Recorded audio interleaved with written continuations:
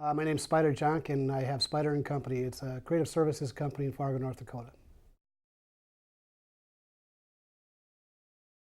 We bought this building 3 years ago, almost four, and we have since we moved in, we've replaced and insulated and all that good stuff. Replaced windows, put in energy-efficient windows in. If you live in the North Country like we do, one of our biggest business expenses and residential expenses is our energy usage, and so anything we can do to offset that is welcome.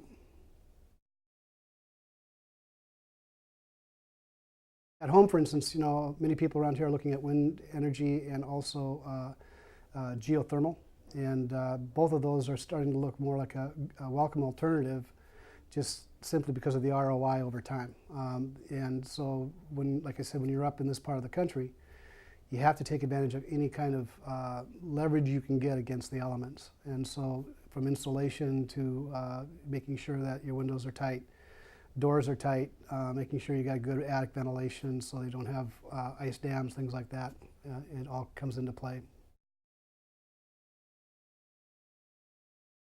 That if anytime you can have data at your fingertips that helps you understand what's really going on behind the scenes in terms of a dashboard or control, I think most of the time that is going to help you identify problem areas, seasonal changes, trends that might be happening, especially if you can start correlating usage against price, the various energies that you might be using. So it's all good stuff. It's all things that will help you to attain savings. We don't use any lights. um, right now, we are on the green side of things. Recycling. We understand the landfills are filling up, so we're doing plastic and glass, separating that, newspaper, all those good things we already do. My wife manages all of that stuff on the residential front, so we've got that taken care of. We're moving towards being better at it.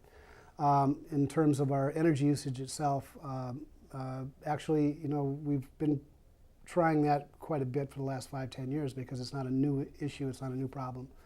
So again, making sure that all the cracks are sealed up in the house, making sure that the basement's insulated, all of those types of things. Water usage is a big thing for us, so we've cut back on watering. Even though we are on a well system and not a city system, we don't get charged for our water per se. But we're taking water out of ground wells and aquifers that we don't want to keep just draining because we can. So we wait more for rainfall. I think from a standpoint, if you're using software to help a community understand its usage and its needs and how the community at large is doing without being specific to personality, I think that helps a community do a better job, so they can monitor it for citizens' use for that information and feedback.